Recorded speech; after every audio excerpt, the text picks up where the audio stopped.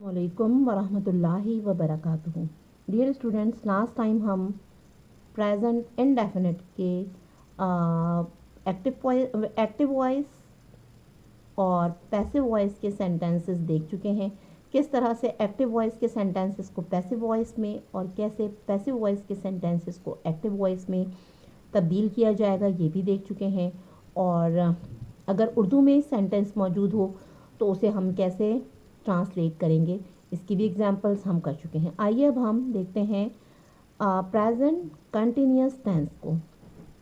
Basic rules जो हम बहुत पहले पढ़ चुके हैं वो सारे के वैसे ही रहेंगे। थोड़ी जो चेंजेस न्यू आ रही हैं यहाँ पर उसको हम डिस्कस करेंगे जैसे जैसे हम एग्जांपल्स को ऑब्जर्व करते जाएंगे। आइए पहले सेंटेंस पर गौर करते हैं। I am writing a letter. मैं एक ख़त लिख रहा हूँ या लिख रही हूँ, whatever. A letter is being written by मी।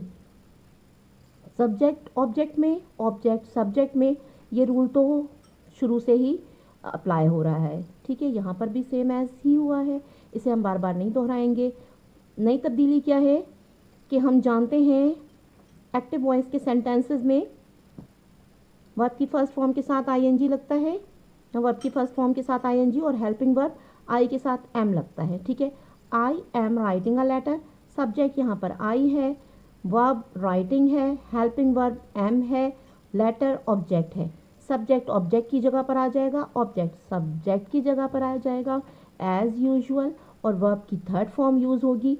नई बात यह है कि यहाँ पर बीइंग का इजाफा होता है, BEING, और वर्ब की थर्ड फॉर्म यूज़ होती है। जब हम बीइंग देखेंगे सेंटेंस में और वर्ब की थर्ड फॉर्म देखेंगे और हेल्पिंग वर्ब इज़ आर देखेंगे या एम देखेंगे तो हम पहचान जाएंगे कि हमारा सेंटेंस जो है पैसिव वॉइस का है। अब देखिए, अ लेटर यहाँ पर ऑब्जेक्ट था, पैसिव वॉइस में जाते ही ये सब्जेक्ट में तब्दील हो गया। जुमला यहाँ से शुरू हो रहा है, a letter is being written by me. एक खत मेरे ज़रिए लिखा जाता है। She is singing a song, singing songs, वो गाने गा रही है। चूँकि गाने हैं प्लूरल नंबर है इसलिए ऑब्जेक्ट में सॉन्ग्स था, लिहाजा यहाँ पे फुल स्टॉप होना चाहिए। अब यहाँ पर क्या होगा, पैसिव वॉइस में ऑब्जेक्ट जो है वो सब्जेक्ट की जगह पर आ गया। जुमला सेंटेंस हमारा सॉन्ग से शुरू होगा और क्योंकि सॉन्ग्स प्लूरल नंबर है लिहाजा आर लगेगा as a helping verb. Songs are being sung by her. गाने उसके ज़रिए गाए जा रहे हैं। संग जो है वो सिंग का थर्ड फॉर्म है। नेक्स्ट एग्जाम्पल पर आइए।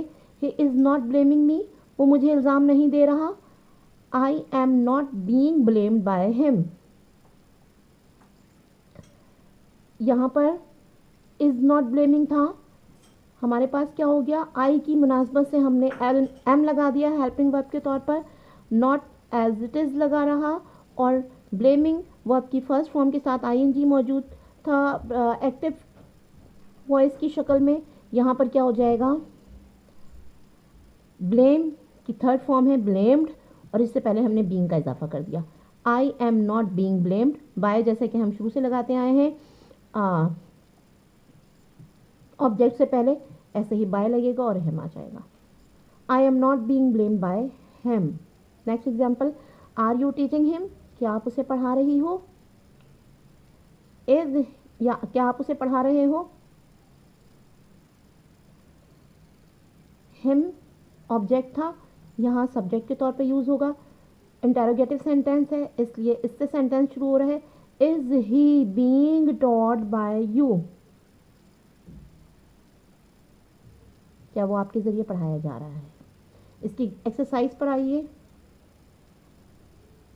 Put into the passive voice, ये जो सेंटेंसेस दिए गए हैं इनके आपने पैसिव वॉइसेस बनाने हैं, पैसिव वॉइस में कन्वर्ट करना है आपने।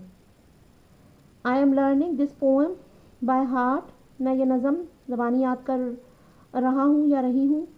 Is he beating my mother brother, क्या वो मेरे भाई को मार रहा है। They are not eating sweets, वो मिठाई नहीं खा रहे हैं।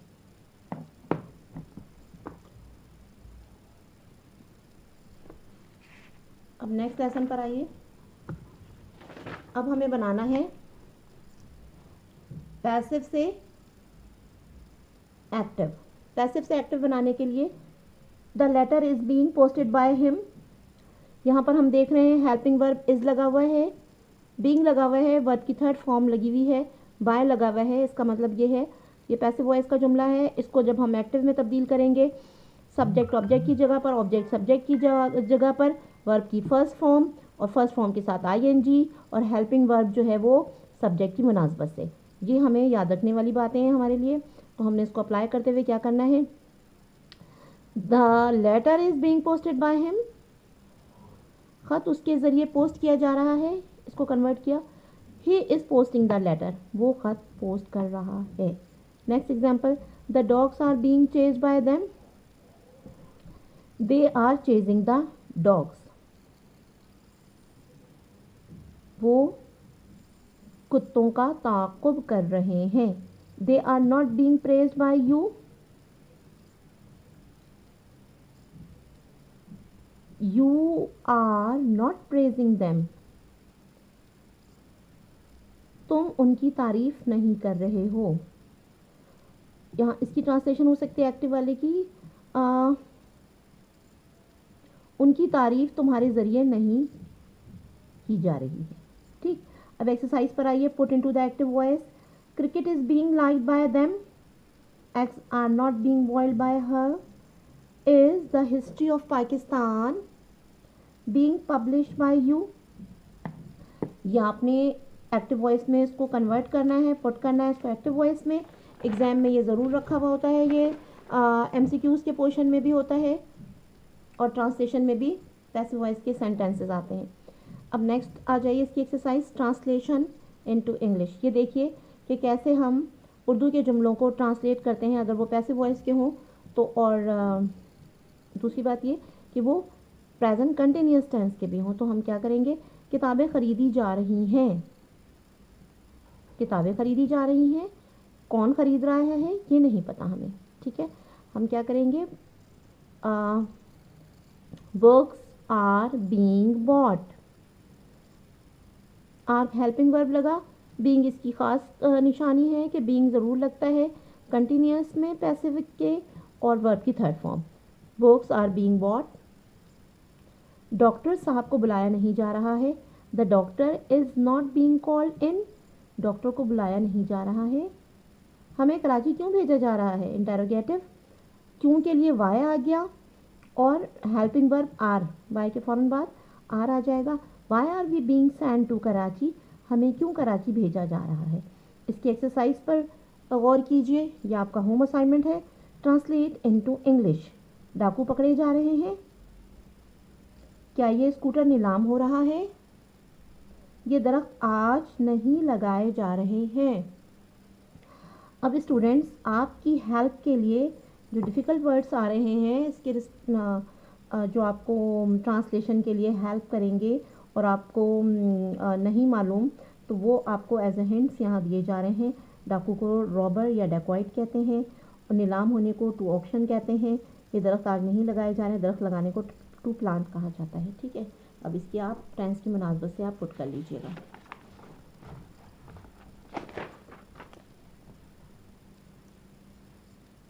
आइए अब हम देखते हैं प्रेजेंट परफेक्ट टेंस को।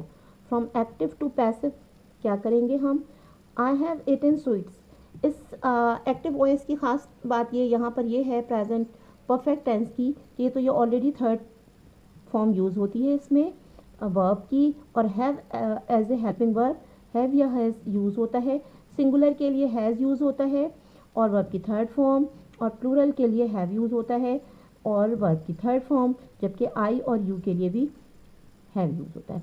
आई हैव ईटन स्वीट्स, मैं मिठाई खा चुका हूँ या खा चुकी हूँ।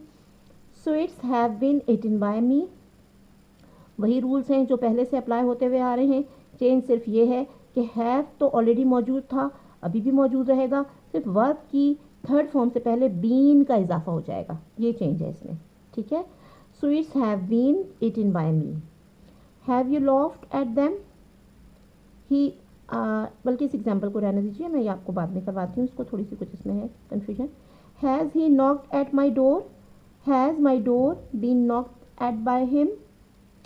अच्छा, अब इस पे एक्सरसाइज पे देखिए कि एक्सरसाइज में क्या करना है आपने। Put into passive voice, we have painted these pictures, I have not abused him, has he broken this cup.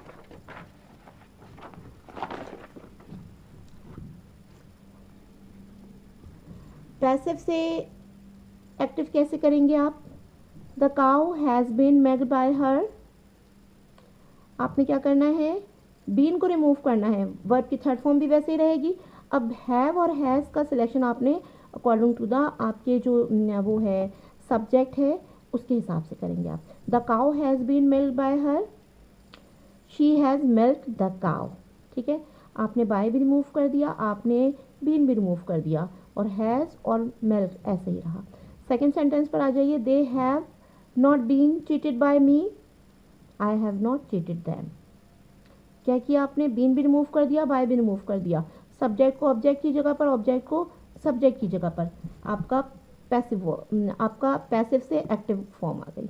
Has this letter been copied by you, have you copied this letter. अब इसकी exercise देखिए।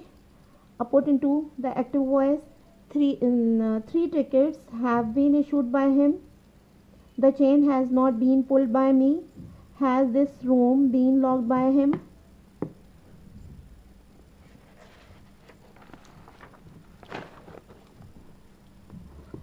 अब translation पर गौर करते हैं। आज का पर्चा मंसूख हो चुका है। Today's paper has been cancelled. गाड़ी को पुल के नज़दीक रोक लिया गया है। The train has been stopped near the bridge. क्या तुम्हारा पता तब्दील हो गया है।